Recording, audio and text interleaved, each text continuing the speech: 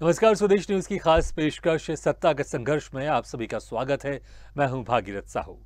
एकनाथ शिंदे गुट के बागी विधायकों को सुप्रीम कोर्ट से मिले रक्षा कवच के बाद भाजपा सक्रिय हो गई है। भाजपा और एकनाथ शिंदे गुट के बीच तो अब सरकार के गठन को लेकर चर्चाएं शुरू हो गई हैं। मीडिया रिपोर्ट्स के मुताबिक भाजपा और शिंदे गुट के बीच सरकार बनाने को लेकर मंथन जारी है और मंत्री पदों के बंटवारों का भी खाका लगभग फाइनल हो गया है। चर्चाएं हैं कि भाजपा और एकनाथ शिंदे गुट की तरफ से जल्द ही विश्वास मत प्रस्ताव की मांग राज्यपाल से की जा सकती है। दरअसल सुप्रीम कोर्ट ने सोमवार को आदेश दिया था कि 15 बागियों को विधानसभा के डिप्टी स्पीकर की ओर से अयोग्य ठहराने पर जो नोटिस मिला है वो उस पर 12 जुलाई तक जवाब दे सकते हैं।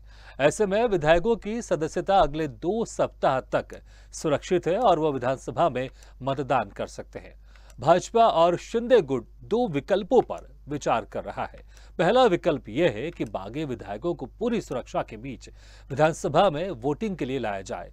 इसके अलावा बागी विधायकों की गैर हाजिरी में कैसे बहुमत साबित किया जा सकता है, इस पर भी भाजपा मंथन कर रही है। दरअसल मुंबई आने पर कुछ विधायकों की राय बदलने और शिवसेना के प्रभाव में आने का भी रिस्क है। ऐसे में भाजपा दूसरे विकल्प पर भी विचार कर सकती है। इस बीच शिवसेना नेता संजय राउत ने भाजपा को नसीहत दी है। उन्होंने मीडिया से बात करते हुए कहा कि बीजेपी को इस पूरे मसले से अलग रहना चाहिए। अब देखना होगा आगे इस घमासान में क्या होने वाला है। हम आज इसी विषय पर चर्चा करेंगे। तो लगातार महाराष्ट्र की सियासत में उठापटक जारी है। पिछले 1 हफ्ते से ज्यादा का समय हो गया है और अभी तक पूरी तरह से चीजें सामने नहीं आ रही हैं कि आखिर किसकी सरकार जाने वाली है, किसकी सरकार बनने वाली है, कौन मुख्यमंत्री बनेगा, कौन किसके साथ जाएगा। लगातार ये सियासत महाराष्ट्र में चल रही है, लेकिन धीरे धीरे ये सियासत आगे बढ़ती जा रही है।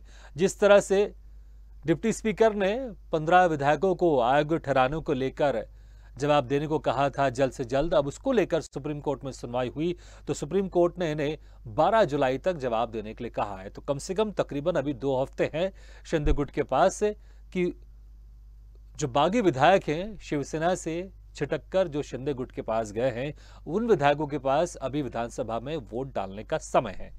इसलिए ऐसा माना जा रहा है कि अब शिंदे गुट और भाजपा दोनों मिलकर जल्द ही विधानसभा में बहुमत साबित करने के लिए उद्धव ठाकरे को कह सकते हैं, वोटिंग के लिए कह सकते हैं और उसके बाद जो कुछ भी होगा उसको लेकर बीजेपी लगातार नजर बनाई हुई है। लेकिन अब बीजेपी ने भी अपनी कवायद तेज कर दी है शिंदे गुट के साथ मिलकर महाराष्ट्र में सरकार बनाने को लेकर। और ऐसी खबरें भी आ रही हैं कि बीजेपी की तरफ से 8 कैबिनेट और 5 राज्य मंत्री और एकनाथ शिंदे को डिप्टी सीएम बनाने का ऑफर दिया गया है भाजपा की तरफ से, अगर शिंदे गुट भाजपा के साथ मिलकर सरकार बनाते हैं तो वहीं अगर बात करें तो लगातार बयानों का दौर भी एक के बाद एक सामने आ ही रहा है। और इस वक्त हमारे साथ जुड़ रहे हैं इस खबर पर चर्चा करने के लिए राजनीतिक विश्लेषक हरबंस नागोके जी। हरबंस जी, आपका बहुत बहुत स्वागत है स्वदेश न्यूज की खास पेशकश में। और जल्द हमारे साथ संजय द्विवेदी जी और गौरव मिश्रा जी भी हमारे साथ जुड़ेंगे चर्चा करने के लिए। हरबंस जी, सबसे पहले मैं आपसे जानना चाहूंगा, अभी जिस तरह से राजनीतिक समीकरण एक के बाद एक बदलते जा रहे हैं, कुछ नए नए आयाम उसमें जुड़ते जा रहे हैं और कुछ ऐसी बातें हैं जो पहले दिन से वैसी की वैसे ही है। अभी जो ये समीकरण चल रहा है, अभी जो ये द बिग पॉलिटिकल ड्रामा चल रहा है, अभी ये जो सत्ता का संघर्ष चल रहा है, आप क्या देख रहे हैं? कितनी जल्दी इसका पटाक्षेप हो पाएगा और क्या इसका अंजाम होगा? भागीरथ जी, मैं समझता हूं अब गुवाहाटी से मुंबई दूर नहीं है और दिल्ली से मुंबई दूर नहीं है। जिस तरीके से राजनीतिक समीकरण बने हैं और कहावत है, दूध का जला छाछ को फूक फूक कर पीता है।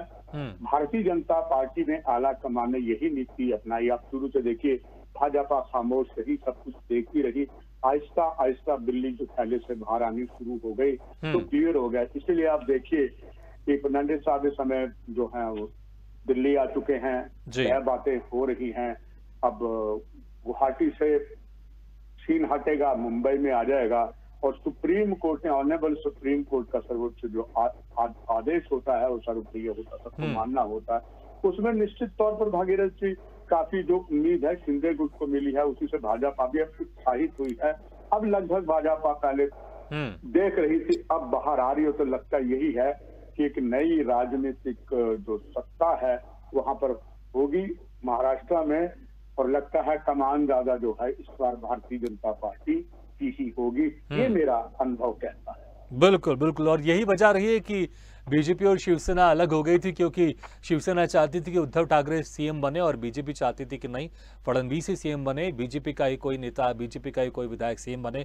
इसी को लेकर तनातनी हुई शिवसेना और बीजेपी में, और फिर शिवसेना ने महाविकास आघाड़ी के साथ कांग्रेस और एनसीपी के साथ मिलकर सरकार बनाई। गौरव मिश्रा जी, अभी तक तो ऐसा लग रहा था कि बीजेपी साइलेंट मोड में है, लेकिन अब बीजेपी भी एक्टिव मोड में नजर आ रही है।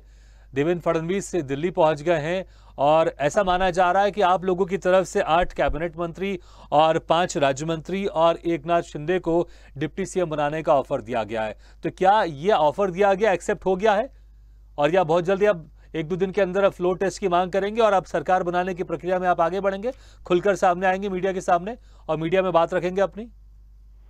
देखिए, ये तो आने वाला समय बताएगा, लेकिन एक बात तो बहुत साफ है, महाराष्ट्र की जनता के हित में भारतीय जनता पार्टी की बहुत बारीकी से निगाह बनी हुई है पूरे घटनाक्रम पे, और वहां पर सरकार बने, एक स्वस्थ सरकार बने, महाराष्ट्र का विकास हो, उसको सुनिश्चित करने के लिए जो भी कदम उठाना होगा भारतीय जनता पार्टी उठाएगी। और जिस तरह से वहां पर आज की डेट में सरकार अल्पमत में आ चुकी है, तो निश्चय ही उसके जो संवैधानिक उपांग है उसके बाद के उसको एक्सेस किए जाएंगे, उसको एक्सरसाइज किया जाएगा, और भारतीय जनता पार्टी भी उस दिशा में आगे बढ़ रही है। और मुझे लगता है अभी इंतजार करने की आवश्यकता है, पूरी पिक्चर, पूरी सीन साफ हो जाएगी कि क्या स्थिति रहेगी अगले सरकार की। नहीं, लेकिन जनता यही जानना चाहती है, पूरा देश यही जानना चाहता है कि बीजेपी अगर शिंदे गुट के साथ मिलकर सरकार बनाती है तो क्या समीकरण होगा, सीएम कौन होगा, कितने विधायक मंत्री बनेंगे शिंदे गुट की तरफ से, कितने विधायक आपके बनेंगे। और जैसा मैंने पहले जिक्र किया कि 8 कैबिनेट मंत्री, 5 राज्य मंत्री और एकनाथ शिंदे को डिप्टी सीएम बनाने का ऑफर दिया गया है, इस पर क्या आप मुहर लगाएंगे आप, या कुछ कहना नहीं चाहेंगे, आप बस ये कहेंगे कि इंतजार कीजिए? नहीं, मुझे लगता है ये बहुत एडवांस स्टेज की बात आप कर रहे हैं। हाँ। अभी पहली स्थिति तो ये है कि अल्पमत नहीं, ये एडवांस स्टेज आपने कहा है, लेकिन मुझे लगता है बातचीत की बातचीत की शुरुआत तो ऐसी हुई हो, यहीं से शुरू हुई होगी आप लोग की एकनाथ शिंदे गुट के साथ कि हम क्या ऑफर कर रहे हैं और आप क्या हमें ऑफर करेंगे। बातचीत जब भी होती हो तो सभी विषयों पर बातचीत होती है जी, लेकिन संवैधानिक अनुसार क्या स्टेप है, किस किस स्तर पर अभी जाना है, वो सारे एक्सरसाइज करने के बाद ही वो स्थिति आएगी। तो मुझे लगता है अभी बहुत जल्दीबाजी है इस विषय में कुछ कहना। अभी तो सबसे पहले शिवसेना अपने आप को पहले व्यवस्थित करे, और जो फ्लोर पर स्थिति है, फ्लोर टेस्ट पे जो स्थिति बनेगी उसके अनुसार भारतीय जनता पार्टी निर्णय लेगी। चलिए, संजय द्विवेदी जी, फ्लोर टेस्ट के लिए तैयार हैं आप लोग? तो आवाज आ रही मेरी? हाँ संजय जी, आवाज आ रही है हमें आपकी। फ्लोर टेस्ट के लिए तैयार है शिवसेना? मुझे एक चीज बताइए बहुत, मैं मतलब इतने काफी 7-8 दिन में डिबेटे में हूँ। लोग कल में अल्पमत सरकार आ गई, अल्पमत सरकार आ गई, संगठन चला गया, सरकार चली गई। सरकार कहाँ चली गई बताइए मुझको जरा। सरकार सब लोग कह रहे हैं सरकार गुवाहाटी चली गई। सरकार जो है, सरकार चली गई, ये भारतीय जनता पार्टी से सपने देख ले और सरकार चली गई। अरे सरकार जाने का संवैधानिक राइट होता है, संविधान होता है, सरकार कैसे जाएगी? अब उनको जब आना चाहिए था स्पीकर के पास, तो वो भाग गए सुप्रीम कोर्ट। तो कौन दिक्कत कर रहा है भाई? सुप्रीम कोर्ट ने तो 12 जुलाई तक के समय दे दिया, उनके पास 2 हफ्ते का समय है। मेरी बात समझिए सर, क्यों सर इसमें एक दिन में क्या दिक्कत थी उनको आके चेहरा दिखा देना था। 16 जुलाई का है, हम यहाँ तो जा रहे हैं बाहर। अच्छा संजय जी, आपने दिक्कत की बात की, मैं बताता हूँ कि उनको क्या दिक्कत है। आपके जो शिवसेना मंत्री हैं सुभाष देसाई, वो कहते हैं कि अगर बागी विधायक मुंबई एयरपोर्ट में आएंगे तो उनको एयरपोर्ट से बाहर नहीं निकलने दिया जाएगा। आपके सुनिए, मैं आपसे कह रहा हूँ, दिक्कत की बात बता रहा हूँ। शिवसेना के कार्यकर्ता बागी विधायकों के कार्यालय पर पत्थर फेंक रहे हैं, तोड़फोड़ कर रहे हैं, तो दिक्कत तो होगी ना। सोच समझकर मुंबई आएंगे, उनको अपनी जान का खतरा है, मुझे बताइए तो कैसे वैसे आ जाए? भागीरथ जी एक मिनट रुकिए। जो Bharatiya Janata party so called 3,000 crore रुपए खर्च कर रही है, सूरत से लेके गुवाहाटी तक पैसा दे रही है, अब 22 श्रेणी सुरक्षा दे दी उसने, अब कौन उनको छूलेगा भाई? अरे सीआरपी से भेज दीजिए, 10 ट्रक सीआरपी भेज दीजिए उनके संग में, एक गाड़ी में उनको बिठा दिया, 40-50 आदमी है और 10 गाड़ियां लगा दी सीआरपी, चारों तरफ पूरे रास्ता खाली करा दीजिए। ले आइए उनको फिर यहाँ पे, क्या दिक्कत, कौन मना कर रहा है? अरे 10-50 करोड़ और खर्च हो जाएगा, हो जाने दीजिए, कोई इसमें दिक्कत थोड़ी ना है। जब पैसा ही खर्च करना है, जनता का पैसा बर्बाद ही करना है तो बर्बाद करिए ना। तो लेकिन जो भी टेस्ट होगा वो टेस्ट होटल में थोड़ा ना होगा गुवाहाटी के, अरे वो टेस्ट होगा स्पीकर के सामने। अब आप स्पीकर को भी कह दे रहे साहब ये तो हम इससे नहीं करें, विश्वास रखते हैं, अब उसके खिलाफ भी आप अल्टीमेटम दिए जा रहे हैं साहब ये तो इससे हम नहीं कराएंगे, तो किससे कराओगे भाई? कोई नया संविधान बनाना पड़ेगा, तो नया संविधान भारतीय जनता पार्टी बना दे कि सरकार ऐसे ही गिर जाएगी, बस 2 आदमी चिल्लाने लगे और इसका सरकार गिर जाएगी, बस काम खत्म हो गया। सरकार बना दे ना संविधान। अब तो केंद्र में भारतीय जनता पार्टी है ना भाई, उन्होंने पिछली सरकार ने दल बदल कानून बनाया, तो दल कानून को निरस्त कर दें कि दल बदल कानून कोई नहीं होगा, जब चाहेगा जो चाहेगा भाग जाएगा, चला जाएगा, सरकार बना ले जो भी बनाना हो। हम तो भारतीय जनता पार्टी कह रहे हैं, चैलेंजिंग कह रहे हैं कि दल बदल कानून को भारतीय जनता पार्टी को खत्म कर देना चाहिए। जब उनको 8 साल से यही करना है, और आवाज आ रही है आपको नहीं आ रही? जी बिल्कुल बिल्कुल बिल्कुल तो सुन रहे हैं। जब उनको यही 8 साल में करना है, कभी गोवा सरकार गिराई, मध्य प्रदेश सरकार गिराई और कर्नाटक सरकार। अच्छा संजय जी, ये बड़ा हास्यास्पद लगता है मुझे कि देखिए कि आपके विधायक गुवाहाटी में जाके बैठ जा रहे हैं और आप इसका आरोप बीजेपी पर लगा रहे हैं। वो आप ही के नेता हैं, आप ही के मंत्री, आप ही के विधायक है। हमारे मंत्री के किसी पार्टी में रिफ्लेक्शन नहीं होता क्या? ये हिंदुस्तान में कौन ऐसी पार्टी है, चाहे कांग्रेस बता दीजिए, कांग्रेस आई बन गई। लेकिन मुझे बताइए 55-56 विधायकों में से 40 विधायक अगर गुवाहाटी चले आते हैं शिवसेना के, तो इस पर भी आप बीजेपी को आरोप लगाएंगे? इस पर भी आप? अरे भागीरथ जी, भारतीय जनता पार्टी ओरिजिन नहीं है, भारतीय जनता पार्टी टूट के आई है जनसंघ से, तब उन्होंने भारतीय जनता पार्टी नाम रखा था। इतिहास पढ़िए आप, कांग्रेस आई बन के। तो मतलब संजय द्विवेदी जी कह रहे हैं, द्विवेदी जी कह रहे हैं मतलब कि शिवसेना टूटने वाली है क्योंकि एक गुट अब शिंदे गुट का बनने वाला है और नहीं आपने भी जनसंघ से आपने जिक्र किया ना कि जनसंघ से टूट कर भाजपा बनी है, और अभी जो महाराष्ट्र में जो सियासत चल रही है, शिंदे गुट वहां पे 40 विधायकों होने का दावा कर रहा है, फोटो सेशन भी करा रहा है, तो आप ये कह रहे हैं कि अब टूटने वाली शिवसेना?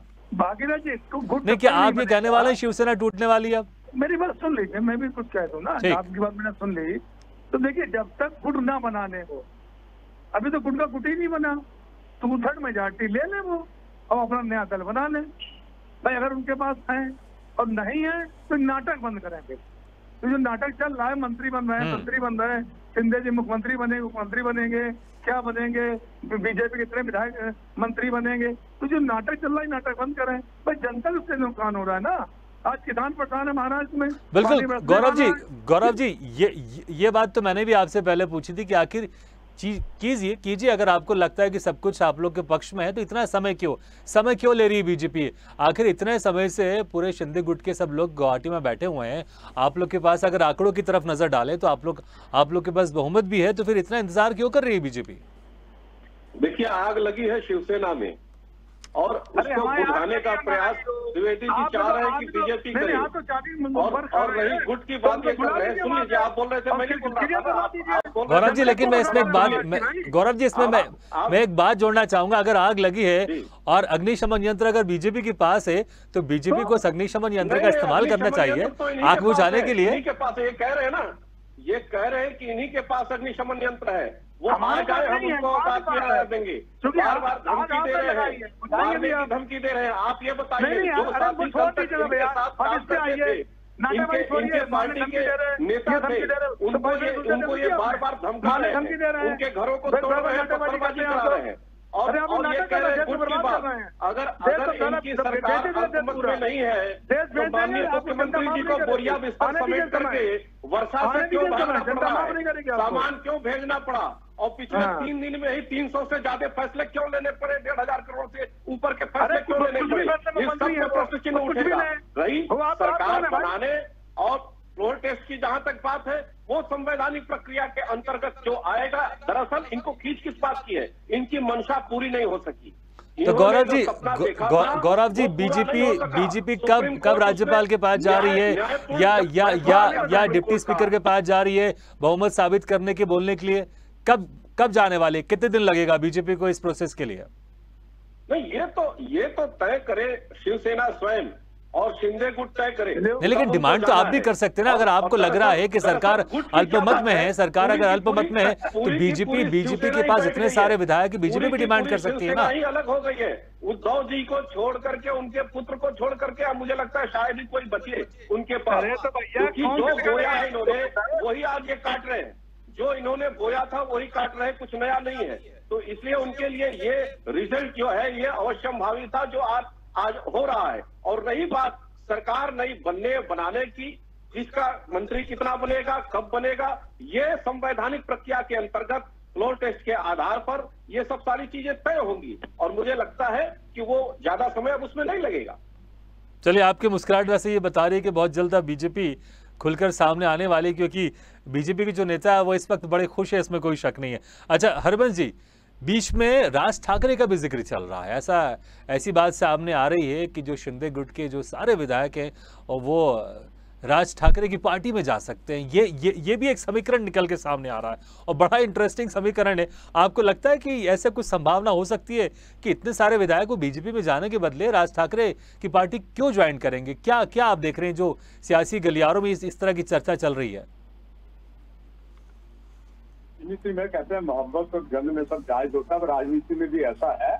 मगर इसके जो मेरा अनुभव कहता है भागीरथ जी, ये बात चल रही होगी निस्संदेह, क्योंकि अलग अलग विचारधाराएं जब होती हैं, पर मैं समझता हूँ कि इतने ज्यादा जो एमएलए हैं शिंदे जी उनकी तरफ चले जाएं, जबकि भारतीय जनता पार्टी उनके साथ है, ये तो साफ क्लियर हो चुकी है। और मुझे नहीं लगता कि ऐसा हो, मगर we have to finger cross, क्योंकि राजनीति में भी कुछ भी हो सकता है, मगर इसकी संभावना मुझे कम लगती है, मेरा ये अनुभव है। बिल्कुल। संजय जी, सामना में अक्सर आप अभी बीजेपी को घेर रहे हैं, जिस तरह से घटनाक्रम चल रहा है महाराष्ट्र में, आप लोगों ने सामने में लिखा है कि बीजेपी 3 टुकड़े करना चाहती है महाराष्ट्र का, क्या इसके मायने क्या है? संजय जी, आवाज आ रही है आपको? चलिए, लगता है कि हमारा संपर्क उनसे टूट गया, दोबारा कोशिश हम करेंगे उनसे संपर्क करने की। गौरव मिश्रा जी, फडणवीस जी दिल्ली पहुंच गए हैं वहां पर। जी संजय जी, आवाज आ रही है आपको? हाँ, मेरी जी, आवाज आपको मेरी आवाज आ रही है? बिल्कुल, मैं ये कह रहा हूँ कि सामना में आप लोग ने लिखा है कि भाजपा 3 टुकड़े करना चाहती है महाराष्ट्र का, क्या मतलब है, किस तरह से टुकड़े करना चाहती है? देखिए सरकार चल रही है, कोई अगर किसी को दिक्कत है, जब समय पूरा हो जाता है, तो अगर शिंदे जी को हमारी पार्टी में नहीं रहना था शिवसेना में, तो दूसरी बीजेपी ज्वाइन कर लेते हैं, वो दुनिया करती है। लेकिन 19 महीने बचे हैं अब इस समय आप अभी अगर आपके पास विधायक हैं, मैं एक बार भागीरथ जी स्पष्ट तौर से पूछ रहा हूँ जी, आपके पास विधायक हैं, 8 दिन हो गए, डिप्टी स्पीकर था, आप पूरे विधायक लाते, 2/3 मेजोरिटी से अपनी पार्टी अलग बना लेते आप, बनाने के बाद आप जिसको समर्थन देना चाहते समर्थन देते, जिसके साथ जाना चाहते। भाई हमारे पास अगर विधायक कम हो जाते तो या तो चुनाव होता या सरकार बनती। ये जो चल रहा नाटक अब 11 जुलाई तक हो गया, ये अब 11 जुलाई तक ये चलेगा, तो ये जो कम से बंद होता ना, तो जो भी सरकार बनती वो सरकार कम से कम जनता के लिए काम करती। हमने कॉमन मिनिमम प्रोग्राम सरकार बनाई है, हमने हवाम सरकार नहीं बनाई। तो संजय द्विवेदी जी, क्या लग रहा है आपको कि इतने सारे 40 से आसपास विधायक गुवाहाटी में बैठे हुए एकनाथ शिंदे के साथ, वो अभी तक सरकार बनाने के लिए नहीं बोल रहे हैं और ना राज्यपाल के पास जा रहे हैं, ना स्पीकर के पास जा रहे हैं, आपको क्या लग रहा है कि क्या वो जो बैठे हुए विधायक वहां पर, जैसा आप लोग पहले बोलते आ रहे हैं कि जबरदस्ती बिठा के रखा हुआ उनको वहां पर? बिल्कुल, अगर जबरदस्ती बिठा के ना रखा होता तो आप समझ लीजिए वो यहाँ आते, वो महाराष्ट्र में आते, सदन में बैठते और सदन में अपना बहुमत सिद्ध कर देते डिप्टी स्पीकर सामने। पर डिप्टी स्पीकर तो बीजेपी तो नहीं बन पाएगा ना, डिप्टी स्पीकर बनेगा तो बनेगा महाकाली सरकार ही बनेगा ना। चलिए, लेकिन इस बार मैंने पहले भी एक बार जिक्र किया था, मैंने पहले भी बोला था कि देखिए कि महाराष्ट्र में सरकार आपकी थी, महाराष्ट्र में सरकार आपकी है, महाराष्ट्र में पुलिस भी आपकी है, और इतने सब बड़े बड़े विधायकों को वहां से लेकर जाना कोई जबरदस्ती ऐसा हो नहीं सकता। और महाराष्ट्र पुलिस को इसकी भनक ना लगे जो एक तरह से सीधे कि किडनैप करके इतने सारे विधायकों को किडनैप करके ले गए। चलिए, मेरी एक चीज मैं एक चीज बता दूंगा, एक चीज मेरी सुन लीजिए, फिर आप देखिए, 22 जने सुरक्षा दे दी गई।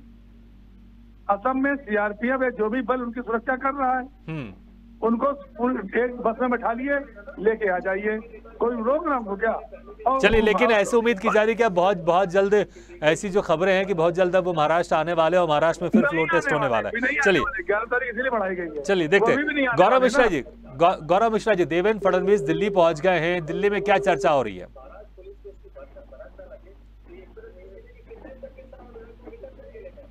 गौरव मिश्रा जी, आवाज आ रही है आपको?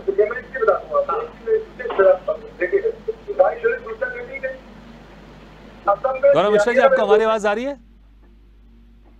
चलिए, लगता है कि हमारी आवाज नहीं पहुंच रही उन तक। हरमस जी, देवेंद्र फडणवीस दिल्ली में हैं और दिल्ली में बातचीत चल रही है, क्या कुछ वहां पर अब इस पर मंथन किया जा रहा है और किस तरह की बातें सामने निकल के आएगी? भागीरथ जी, लग यही रहा है कि जो कि अगर हम फिगर देखें पूरी सरकार की 288 हैं, 106 भारतीय जनता पार्टी के हैं, और शिवसेना के 56 हैं, और इसमें एक उनके विधायक संसार में नहीं रहे, तो यानी कि वो घट के 55 हो गए हैं। एनसीपी के 53 हैं, कांग्रेस के 44 हैं। अब अगर भागीरथ जी फिगर आप देखें, 106 भारतीय जनता पार्टी की है और जिस से शिवसेना से अलग उद्वय शिंदे जी जो बता रहे हैं 35-37-40, तो सरकार तो बन गई, तो उसमें इनका आपस में अंडरस्टैंडिंग होगी किसको कौन सा मंत्रालय मिलेगा। और मुझे लगता है ये बात अच्छी तरीके से कांग्रेस और एनसीपी को पता लग गई होगी, और शिवसेना उद्धव ठाकरे जी को भी पता लग गया होगा जो हालात हैं, क्योंकि जब कोई अपनी राजनीति चाल चलता है मौसम के मुताबिक वो देखता है। अब सबका गुवाहाटी जाना शिवसेना के जो अलग हुई है, नियम जो है सुप्रीम कोर्ट ने जो है ऑर्डर दिया है, ऑनरेबल सुप्रीम कोर्ट ने, वो भागीरथ जी इनको सब विधायक जो अलग हुए हैं उनको उत्साहित कर रहा है। क्योंकि अभी जो गुट के जो है नियम तो यही कहेगा ना कि गुट के जो चीफ व्हिप तो अजय चौधरी हैं, अब संवैधानिक मान्यता वो देते हैं, मगर इसमें भारी अगर वो करते हैं, क्योंकि ऑनरेबल सुप्रीम कोर्ट ने महामहिम राज्यपाल जी पर कोई बंदिश नहीं लगाई, वो बुला सकते हैं 12। चलिए, एक बार मैं फिर से कोशिश कर लेता हूँ। गौरव जी, आपको हमारी आवाज आ रही है क्या? जी गौरव जी, आवाज मिल रही है आपको हमारी? चलिए, लगता है कि हमारे आवाज नहीं मिल पा रही उन तक, लेकिन देखना पड़ेगा कि सत्ता का संघर्ष जो अभी भी लगातार महाराष्ट्र में जारी है, इसका पटाक्षेप कब तक होता है। आप सभी मेहमानों का बहुत बहुत शुक्रिया। संजय जी, आपका बहुत बहुत शुक्रिया। गौरव मिश्रा जी, आपका बहुत बहुत शुक्रिया। और हरबंस नागोकी जी, आपका बहुत बहुत शुक्रिया हमारे इस खास चर्चा में जुड़ने के लिए। तो पिछले कई दिनों से लगातार महाराष्ट्र की जो सियासत वो गरमाई हुई है। शिवसेना के 40 से ज्यादा विधायक गुवाहाटी में बैठे हुए हैं और सब इंतजार कर रहे हैं, पूरे देश की जनता इंतजार कर रही है कि आखिर महाराष्ट्र में क्या होने वाला है। महाराष्ट्र में महाविकास आघाड़ी की सरकार है, वो रहेगी या गिरेगी, और अगर गिरेगी तो उसके बाद सरकार किसकी बनेगी, कौन मुख्यमंत्री बनेगा, और किस तरह के समीकरण सामने देखने को मिलेंगे महाराष्ट्र में। लेकिन लगातार जारी है अभी भी सत्ता का संघर्ष। हमारे इस खास पेशकश में फिलहाल इतना है, लेकिन खबरों का सिलसिला लगातार जारी है। आप देखते रहिए स्वदेश न्यूज, सबसे पहले देश।